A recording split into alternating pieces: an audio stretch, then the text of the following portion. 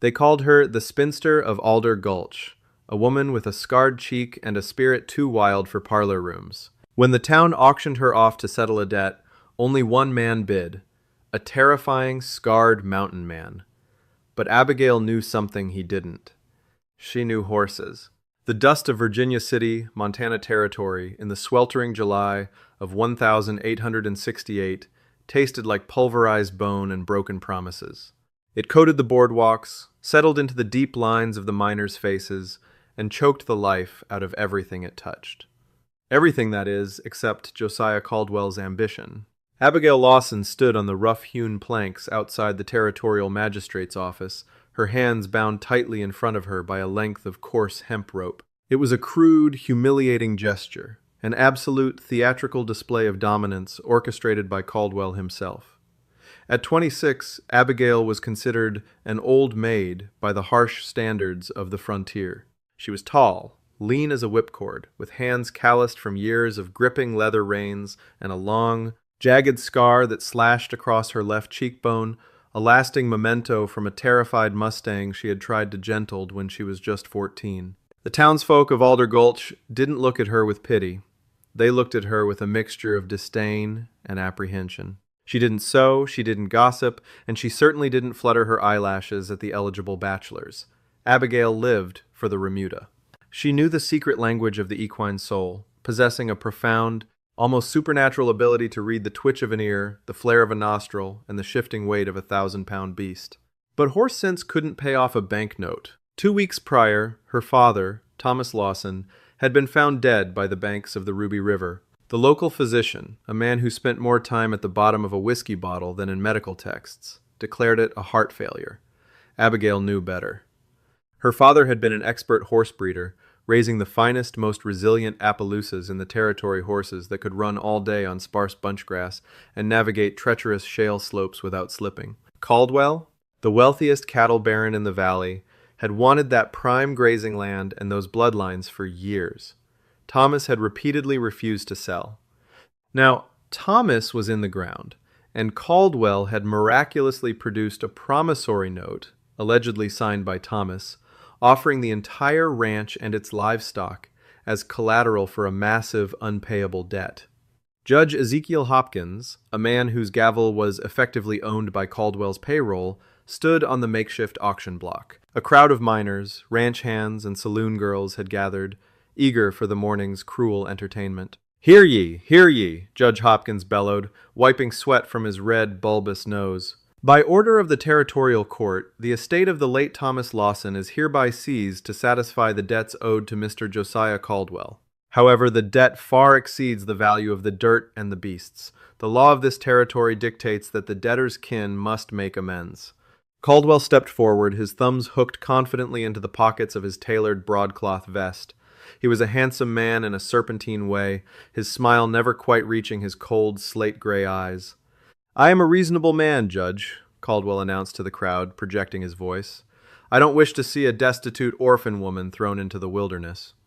I will forgive the remainder of the debt to any man who will take this woman as his lawful wedded wife and assume responsibility for her upkeep. Think of it as a charity auction." Laughter rippled through the dusty crowd. Abigail kept her chin high, her dark eyes blazing with a suppressed, lethal fury. She looked at the faces in the crowd: Levi, the blacksmith, who had once bought a mare from her father; Cora, the seamstress, who had gossiped about Abigail's scar for years. None of them met her gaze. They were cowards, every last one of them. "Do I hear a bid?" Judge Hopkins chuckled, banging his gavel lightly against the rail. "Any man brave enough to take on the spinster of Alder Gulch? She ain't pretty, boys, but she's got a strong back. Good for scrubbing pots, if you can keep a sack over her head." More laughter erupted. "I'll give you a plug nickel, Judge," yelled a drunken miner from the back, "but she's got to sleep in the barn." Abigail felt a hot tear of profound humiliation prick the corner of her eye, but she forced it back down. She would rather die than let Josiah Caldwell see her cry. She knew exactly what Caldwell was doing. No one would bid on her. Once she was declared entirely destitute and a ward of the territory, Caldwell would quietly have her shipped off to an asylum in the East, or worse, leaving him with uncontested claim to the Lawson bloodlines. Going once, Hopkins drawled, relishing the spectacle. Going twice, 50 ounces of yellow dust. The voice did not shout, yet it cut through the dusty, murmuring air like the crack of a bullwhip. It was a voice that sounded like grinding stones and deep winter ice. The crowd parted, as if physically shoved. Stepping out from the shadows of the livery stable awning was a man who looked like he had been carved directly from the unforgiving granite of the Bitterroot Mountains. He was impossibly tall, broad-shouldered, and clad entirely in grease-stained, smoked buckskins that smelled faintly of pine resin and old blood. A thick, untamed mane of dark hair and a heavy beard obscured most of his face, leaving only a pair of piercing, pale blue eyes visible beneath the brim of a battered slouch hat. A massive, bone-handled hunting knife was strapped to his thigh, and he cradled a long-barreled Hawken Plains rifle in the crook of his arm as naturally as a mother holds a child. This was Jeremiah Boone. The townspeople whispered stories about him around campfires. They called him Grizzly Boone. He lived high up in the impassable peaks, trapping furs and trading only twice a year. Rumor had it he had killed 3 men with his bare hands in a dispute over a trapline, and that he survived the brutal winters by eating raw wolf meat. Jeremiah stepped up to the auction block, his heavy leather moccasins making no sound on the dusty street. He reached into his hunting pouch and pulled out 2 heavy leather drawstring bags. He tossed them onto the judge's podium. They hit the wood with a heavy, indisputable thud. 50 ounces of pure placer gold, Jeremiah repeated, his gaze fixed solely on the terrified judge. That settles the man's debt. And I'm taking the woman and the horses. Josiah Caldwell's smug smile instantly vanished, replaced by an ugly scowl. Now see here, mountaineer, Caldwell snapped, stepping toward Jeremiah. The horses are collateral. The gold only covers the woman's outstanding. Jeremiah didn't even turn his head. He simply shifted the Hawken rifle ever so slightly, the heavy octagonal barrel pointing downward but perfectly positioned to swing up and tear Caldwell in half. I read the magistrate's posting, Jeremiah said softly. It was a terrifying quietness. The estate is seized for debt. I am paying the debt in full. Therefore, the estate, the land, the beasts, and the woman belongs to me. Unless you're calling me a liar, Caldwell? Caldwell swallowed hard, looking at the scarred, missing ring finger on Jeremiah's left hand as it rested near the rifle's trigger guard. The cattle baron took a slurpia, calculated step back. The law is the law, Caldwell muttered, looking furiously at the judge. Judge Hopkins scrambled to open the heavy leather pouches, his eyes widening at the sight of the glittering dust. Sold! He squeaked, bringing the gavel down rapidly. Debt settled! The marriage will be recorded forthwith. Jeremiah turned to Abigail. He didn't smile, he didn't gloat. He simply reached out with his large, calloused hand, drew a hunting knife from his belt with lightning speed, and sliced the rough hemp rope binding her wrists. Get your things, Jeremiah said, his voice flat. We ride for the high country in an hour. Abigail rubbed her chafed wrists, staring up into the terrifying, bearded face of her new owner. She had just traded a corrupt cattle baron for a feral mountain man. But as she looked into those pale blue eyes, she didn't see the cruelty she had expected. She saw a vast, unfathomable emptiness, a deep isolation that mirrored her own. The journey out of the Gallatin Valley and toward the foothills of the Bitterroots was an exercise in brutal, punishing silence. Abigail rode her only remaining personal possession, a sturdy, intelligent bay mare named Nutmeg. Behind her trailed a string of 6 magnificent Appaloosa horses, the very best of her father's breeding stock, which she had hastily gathered from the hidden canyon corral before Caldwell's men could find them. Jeremiah Boone led the procession, riding a monstrous, foul-tempered black mule he called Samson. For 3 days they pushed upward into the timberline.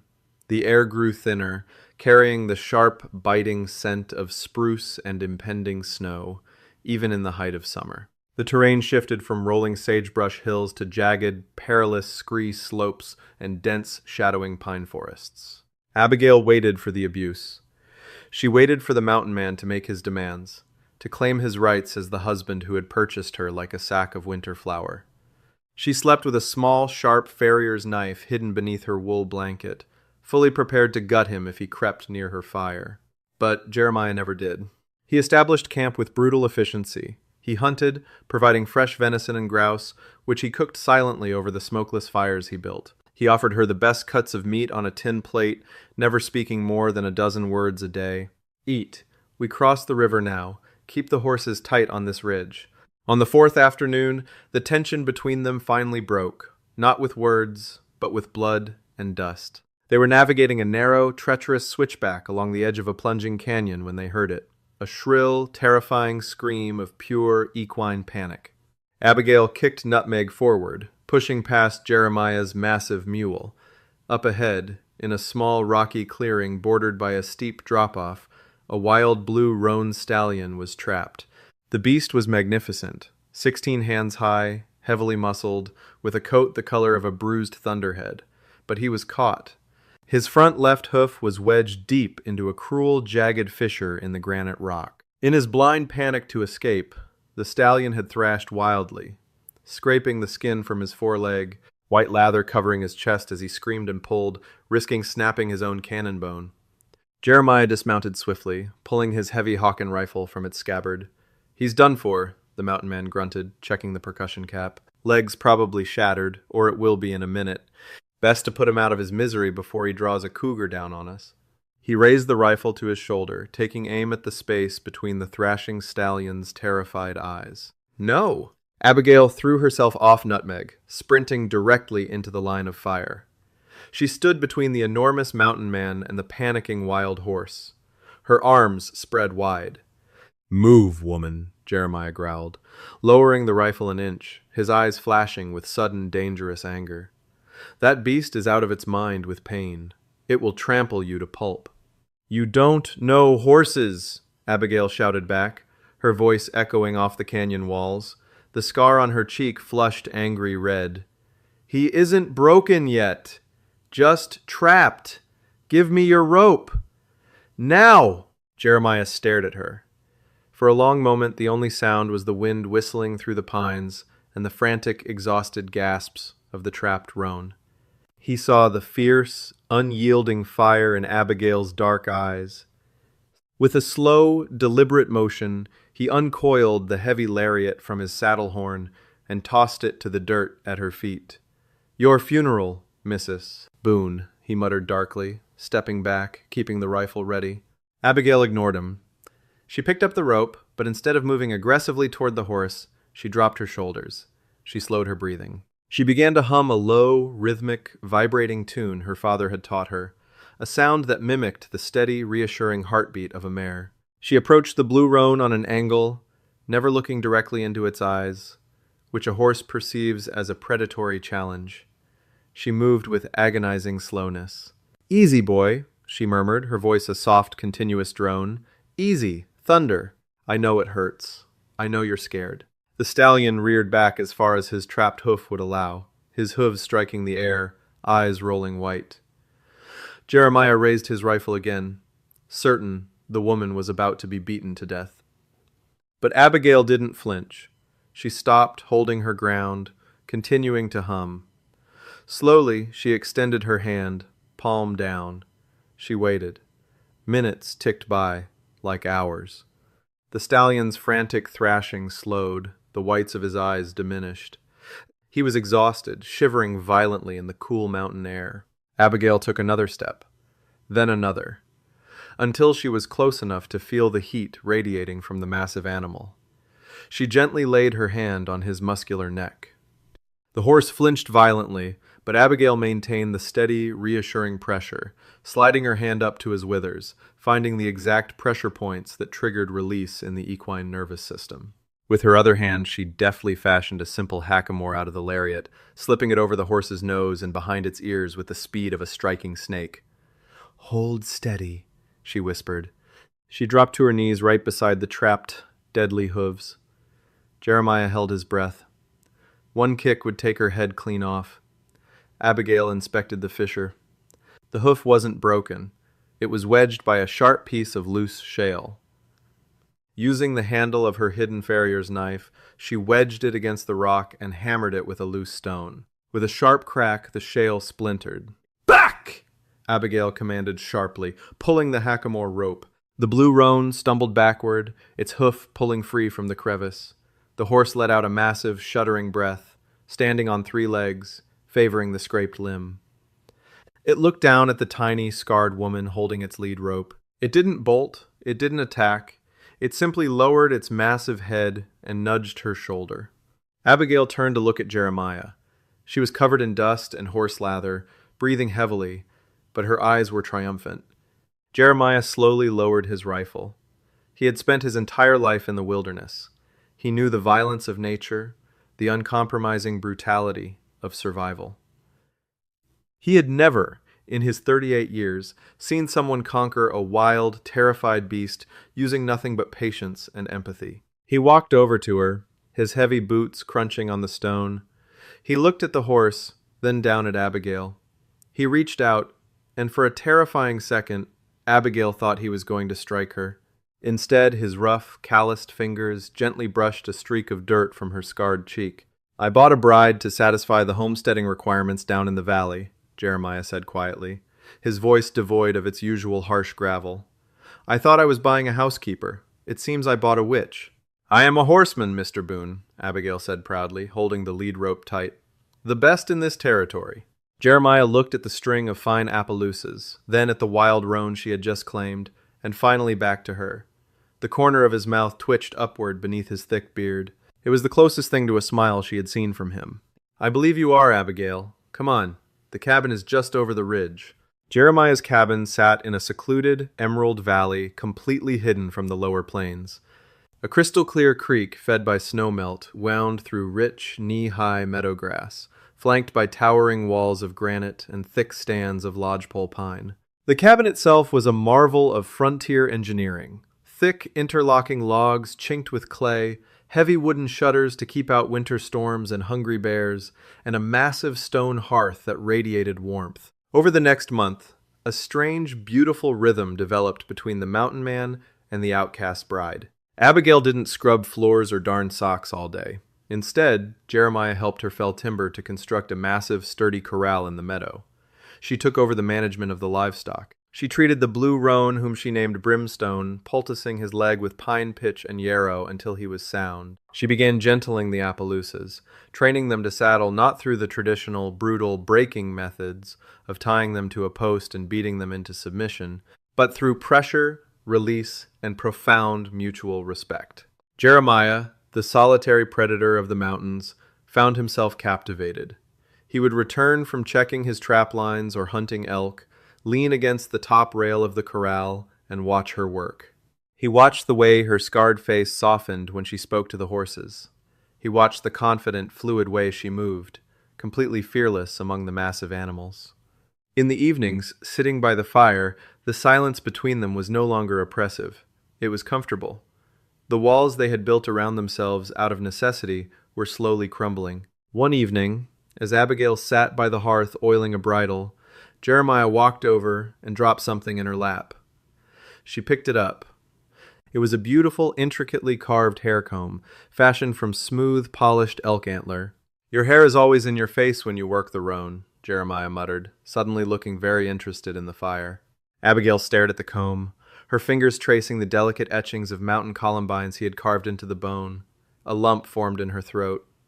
No one had ever made something beautiful just for her. "Thank you, Jeremiah," she whispered. He nodded once, roughly. "You've made this place different. Better. The horses, they bring life to this dead valley." He paused, looking at her intently. "You have a gift, Abby." It was the first time he had used the nickname. It sent a warm flutter through her chest. But the peace of their high-altitude sanctuary was a fragile illusion, and down in the valley, the poison of Virginia City was beginning to boil over. Josiah Caldwell had not forgotten his humiliation at the auction block. Worse, he had finally realized exactly what Abigail had stolen from him. When he had ridden out to the Lawson Ranch to take inventory of his newly acquired assets, he found the stables empty. Abigail hadn't just taken her father's horses. She had taken the foundation sires and the prime breeding mares. Those Appaloosas were worth thousands of dollars to the U.S. cavalry, who were desperate for tough mounts in the Indian Wars. Caldwell realized that the scarred spinster had outsmarted him completely. Furious, Caldwell sent to Bozeman for a man named Wyatt Three Fingers Dempsey. Dempsey wasn't a cattle rustler. He was a murderer who specialized in making problems disappear in the vast, unpoliced territories. Caldwell paid Dempsey a heavy bag of gold double eagles. The instructions were simple: track the mountain man, kill him, kill the woman, and bring the Appaloosas back to the valley. Autumn came early to the Bitterroots. The quaking aspens turned a violent, brilliant gold, and the morning air snapped with frost. Abigail was out in the meadow, leading Brimstone on a long line, marveling at how the massive blue roan responded to her slightest cluck and shift in body weight. Jeremiah was high up on the northern ridge, scouting for winter elk herds. The first sign of trouble wasn't a sound, but a scent. Brimstone suddenly stopped dead.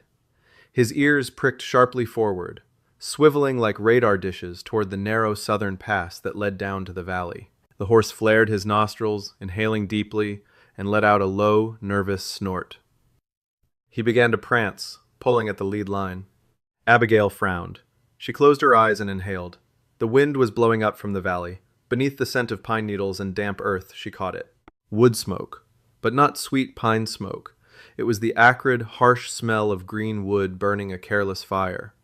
And beneath that, the faint, metallic tang of unwashed bodies and chewing tobacco. A chill that had nothing to do with the autumn frost crawled down Abigail's spine. She tied Brimstone securely to the corral rail and ran toward the southern edge of the meadow where the trees grew thickest. She dropped to her hands and knees, creeping to the edge of the creek where the mud was soft. There, perfectly preserved in the damp clay, was a fresh boot print. It had a star-shaped spur mark in the heel. Jeremiah wore moccasins. Her heart hammered against her ribs like a trapped bird. They weren't alone in the valley, and whoever was out there was hiding, watching the cabin. A shadow fell over her. Abigail spun around, gasping, her hand flying to the hidden knife in her skirt. Jeremiah stood there, his face like carved granite, his pale eyes burning with a terrifying, cold light.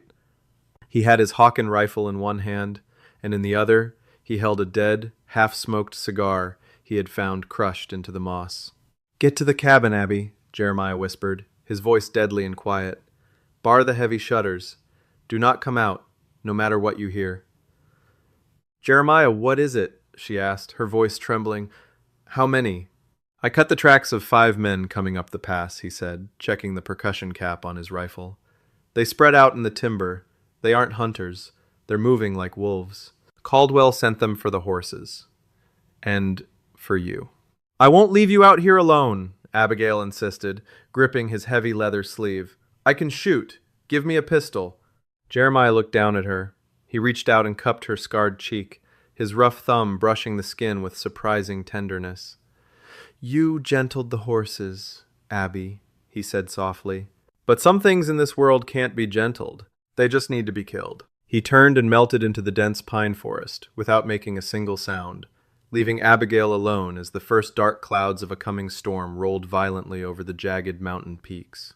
The heavy oak bar dropped across the cabin door with a resounding thud that seemed to shake the very foundations of the structure. Abigail stood in the center of the dim room, her heart hammering against her ribs like a trapped wild bird. Outside, the autumn sky bruised purple and black, unleashing a torrential downpour of freezing rain that pelted the heavy wooden shutters like a handful of gravel thrown by an angry ghost. The wind howled down the chimney, sending puffs of gray ash into the room, but Abigail barely noticed the cold. She walked over to the heavy wooden table where Jeremiah had left his secondary weapon, a massive, iron-framed Colt Dragoon revolver, a relic from the Mexican War, heavy enough to drop a charging grizzly. She checked the percussion caps with trembling, yet practiced, fingers. Her father had taught her how to shoot, insisting that a woman living on the edge of the Bozeman Trail needed to know how to defend her livestock. But shooting at tin cans on a fence post was vastly different from shooting at men who killed for Caldwell's gold. Out in the blinding sheet of freezing rain, Jeremiah Boone became a phantom. The heavy, grease-soaked buckskins that made him look like a savage in town now rendered him entirely waterproof and virtually invisible in the dense, shadowy timber of his domain. He moved with a terrifying, liquid grace, making absolutely no sound over the roar of the mountain storm. He found the first man easily, The fool was huddled beneath the dripping branches of a massive blue spruce, trying in vain to shield the paper cartridge of his Sharp's carbine from the rain. He was a low-level rustler from the Gallatin Valley known as Curly Jenkins. Jeremiah didn't waste powder. He materialized from the shadows behind the trunk, his thick, scarred forearm wrapping around the man's throat in a vice grip, while his bone-handled knife found the soft spot just beneath the ribs. The man slumped silently into the wet pine needles, joining the earth. But Wyatt Three Fingers Dempsey was not a common rustler. He was a seasoned predator, a ruthless survivor of the border wars, and he knew better than to walk blindly into a mountain man's sanctuary. When Dempsey heard nothing from his flanker, he signaled his remaining 3 men to halt. They communicated with sharp, hand-cut gestures. Dempsey realized the frontal assault on the cabin was a suicide mission. The mountaineer was picking them off in the brush. Dempsey pivoted his strategy. He pointed his revolver not toward the smoking chimney of the cabin, but toward the sprawling wooden corral down in the meadow. The horses. Caldwell was paying for the girl and the man dead. But the true prize, the fortune, was the Appaloosa breeding stock. If they stole the horses, the man and the woman would eventually freeze or starve, or be forced down into the valley where Caldwell's deputies were waiting. Inside the cabin, Abigail paced the floorboards. The absolute silence from the woods was far more terrifying than the crack of gunfire. She moved to the rear window, unlatching the heavy iron hook and cracking the shutter open just a fraction of an inch to peer out into the gloom. The corral was barely visible through the driving sleet. Suddenly, a flash of lightning illuminated the meadow. In that brilliant, stark white second, Abigail's blood ran colder than the mountain rain. 3 men were at the corral. One was using a heavy set of iron snips to cut through the thick rawhide lashings of the gate. They weren't trying to breach the cabin. They were taking her father's legacy. She saw Brimstone, the massive blue roan, rearing up in panic, his hooves thrashing the air, sensing the predatory intent of the intruders. The Appaloosa mares were squealing in terror, bunching up against the far rails. "No," Abigail whispered, her grip tightening on the heavy Colt Dragoon. Jeremiah had told her to stay barred inside. It was the logical, safe thing to do. But those horses were the last living connection to her father. They represented her life, her struggle, and the only leverage she had in a world that had tried to throw her away. She was not the spinster of Alder Gulch hiding in the shadows anymore. Abigail shoved the heavy revolver into the waistband of her woolen skirt.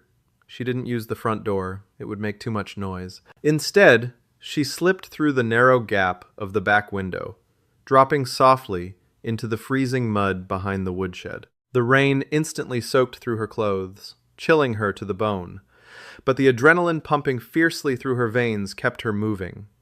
She used the natural dip of the creek bed to conceal her approach, crawling through the freezing knee-high water until she was within 30 yards of the corral. She could hear the men cursing loudly, slipping in the mud as they tried to throw ropes over the panicked mares. "Grab the roan, you idiot," a harsh, gravelly voice barked over the wind. It was Dempsey. He's the lead. The spotted mares will follow him out of the valley. A burly outlaw with a thick mustache climbed the top rail, a lariat swinging in his hand. He prepared to drop the loop over Brimstone's neck. Abigail knew she couldn't outshoot 3 heavily armed men in the pouring rain, but she knew horses better than any man breathing. She rose from the creek bed, the freezing wind whipping her wet hair across her scarred face. She placed 2 fingers in her mouth and blew. It was not a normal whistle. It was a sharp, vibrating, high-pitched screech, a sound her father had explicitly trained the lead horses to recognize as an absolute, immediate predator warning. To the Appaloosas, it was the sound of a cougar dropping from the branches. Chaos erupted instantly. Brimstone didn't just rear, he exploded forward with the force of a locomotive. He crashed directly into the wooden gate just as the outlaw threw his rope. The heavy timber splintered, and the burly man was thrown backward into the mud, screaming as the roan's heavy hooves narrowly missed crushing his skull. The 6 Appaloosa mares, triggered by the warning whistle and the stallion's violent break, surged through the shattered gate in a terrifying, chaotic stampede of muscle and flying mud. "Shoot the beasts!" Dempsey roared, drawing his revolver, realizing he had lost control of the situation. "Hey!" Abigail screamed, stepping completely out of the creek bed, raising the heavy Colt Dragoon with both hands. Dempsey spun around, his eyes locking onto the soaked, scarred woman standing boldly in the downpour. A cruel, ugly smile twisted his face. "Well, looky here, boys," Dempsey shouted over the storm. Caldwell said the freak was ugly, but he didn't say she was stupid enough to come out and die. Dempsey raised his six-shooter, aiming squarely at Abigail's chest. He thumbed back the hammer. The crack of thunder masked the sound of the gunshot, but Abigail saw the muzzle flash from Dempsey's weapon tear through the gray rain. The bullet tore viciously through the heavy wool of her sleeve, grazing her shoulder with a burn like hot iron. She staggered backward, splashing into the shallow mud of the creek, gasping in sudden, breathless pain. "Grab her!" Dempsey yelled to his remaining man, a tall, wiry killer named Silas, who was scrambling to his feet from the mud. "Caldwell wants proof she's done!"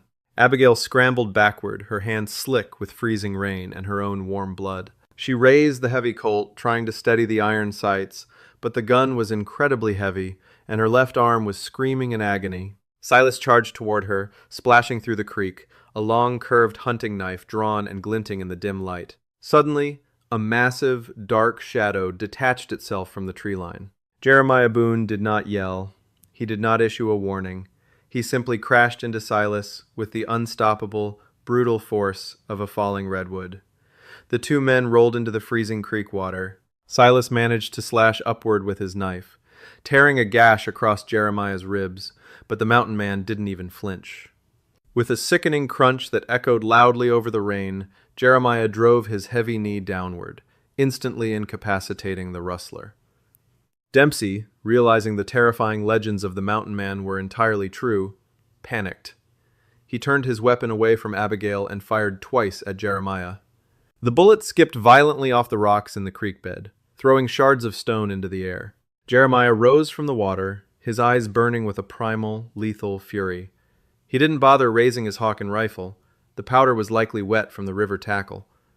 Instead, he pulled the massive, bone-handled hunting knife from his thigh sheath. Dempsey began backing away quickly toward the narrow valley pass, his hands shaking as he desperately tried to cock the hammer of his revolver for another shot. "Stay back, mountain man," Dempsey screamed, his voice cracking with genuine terror. "Caldwell owns this whole territory. You kill me, he'll send 50 men up this mountain." "Let them come," Jeremiah growled, his voice a low, terrifying rumble that carried over the storm. He stepped out of the water, stalking toward the killer. Dempsey fired his last round. The bullet clipped the edge of Jeremiah's shoulder, tearing through the buckskin, but the massive man merely rolled his shoulder and continued his relentless, silent advance. Dempsey dropped the empty revolver, cursing wildly, and turned to run blindly for the tree line. He didn't make it 3 steps. A massive slate-gray wall of muscle suddenly blocked his path. It was Brimstone. The blue roan stallion hadn't fled with the mares. He had circled back, drawn by Abigail's distress. The horse lowered his massive head, his ears pinned flat against his skull in absolute equine fury, and lashed out with his front hooves. The heavy iron shoe caught Dempsey squarely in the chest, lifting the killer entirely off his feet and throwing him 10 yards backward into the thick mud. He landed with a heavy, lifeless thud and did not move again. The sudden silence in the valley was deafening, save for the patter of the dying rain. Jeremiah stood over Dempsey's broken body for a long moment, ensuring the threat was entirely eliminated. Then, he dropped his knife into the mud and turned frantically, his pale eyes searching the riverbank. He found Abigail sitting up in the shallow water, clutching her bleeding shoulder, shivering violently from the cold and the shock. Jeremiah dropped to his knees in the freezing mud beside her. The terrifying, stoic mountain man was gone, replaced by a man looking at the only light he had ever found in his dark world. His large, calloused hands trembled as he gently pulled her heavy, soaked wool collar aside to inspect the wound. "It's just a graze," Abigail managed to whisper, her teeth chattering loudly. She looked up at his terrifying, bearded face, seeing the deep, agonizing fear in his pale blue eyes, fear for her. "I told you to stay inside," Jeremiah said, his voice cracking, completely devoid of its usual harsh gravel. He pulled her against his broad chest, burying his face in her wet hair, wrapping his massive arms around her to share his body heat. Dear God, Abby, I thought I was too late. I thought I lost you." Abigail rested her head against his chest, listening to the frantic, heavy beating of his heart. The fear and humiliation of Alder Gulch felt 1,000,000 miles away. "I couldn't let them take the horses, Jeremiah. and I couldn't let them kill my husband. Jeremiah pulled back slightly, looking deeply into her dark eyes. He raised his hand, gently tracing the long, jagged scar across her cheek, not with pity, but with profound reverence. "You are the bravest thing in this entire territory, Abigail Boone," he whispered, before leaning down and pressing his mouth firmly against hers, a promise sealed in rain and blood. By the time the snows melted the following spring, the world below the Bitterroots had drastically changed. Word of Wyatt Dempsey's demise at the hands of a mountain man reached the federal authorities in Bozeman. Deputy Marshal Harrison, a man who harbored a long-standing hatred for Josiah Caldwell's corrupt reign, rode into Alder Gulch with a warrant and a dozen armed deputies. Caldwell, stripped of his hired muscle and his aura of invincibility, was dragged from his luxurious parlor in irons, charged with conspiracy to commit murder and grand theft. His vast cattle empire fractured, sold off piece by piece at auction. High up in the hidden Emerald Valley, life thrived. The morning sun broke warm and bright over the granite peaks, illuminating the sprawling corral where Abigail Boone leaned against the heavy top rail. Her scarred cheek caught the golden light as she smiled. Inside the enclosure, Brimstone proudly stood watch over a wobbly, knock-kneed newborn foal, its coat already showing the striking, beautiful spots of the Appaloosa bloodline. Jeremiah walked up behind her, carrying 2 steaming tin cups of chicory coffee. He wrapped a strong arm around her waist, pulling her back against his chest. They didn't need to speak. The spinster of Alder Gulch was gone forever. She was the matriarch of the high country now, the woman who had tamed wild beasts and a wilder man, building a legendary legacy of love and resilience where no one else had dared to look. Did you enjoy this tale of untamed wilderness and unexpected love? The frontier is full of untold stories where outcasts become legends and broken hearts find their true home. If you want to hear more thrilling, real-life, Wild West romance dramas filled with dangerous outlaws, rugged mountain men, and the fierce women who tame them, hit that like button, share this video with your friends, and subscribe to our channel right now. Don't miss our next incredible journey into the West. Hi, my name is Royal Trials, the owner and manager of Royal Trials. After watching the video, a woman was left for dead in the desert sun. The mountain man found her before the buzzards did. I'd really like to know what you think. How did the story make you feel? What stayed with me most was the feeling of desperation slowly turning into hope. The woman had clearly been abandoned in the harshest possible situation, and the mountain man stepping in when no one else would made the story feel deeply human. Beneath his rough exterior, there was a quiet sense of compassion that changed everything for her. Do you think he understood her pain because he had experienced loneliness himself? And what moment in the story affected you the most? I think stories like this remind us that sometimes a single act of kindness at the right moment can completely change the direction of someone's life. If this story meant something to you, I'd love to hear your thoughts in the comments. And if you enjoy emotional mountain stories with heart, feel free to like and subscribe to Royal Trials for more. Hi, my name is William Sunny, the owner and manager of Iron Cowboy Gardena. After watching the video, father sent his A mountain man got the bride nobody wanted. She knew more about horses than any man in the territory. I'd really like to know what you think. How did this story make you feel? What stayed with me most was the feeling of being underestimated and then proving everyone wrong.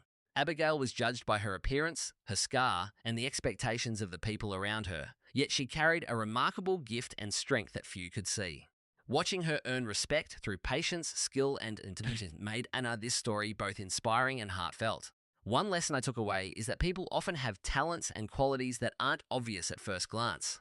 Sometimes the person others overlook is the one with the most to offer. What moment made you admire Abigail the most? And did your opinion of Jeremiah change as their relationship grew throughout the story? In everyday life, it might be worth taking a little extra time to look beyond first impressions and appreciate what makes people unique. You never know what strength someone may be carrying beneath the surface. Thank you for spending time with us today. If this story meant something to you, I'd love to hear your thoughts in the comments. And if you enjoy these mountain man stories, feel free to like the video or subscribe to Iron Cowboy Gardena for more stories of resilience, courage, and unexpected connection.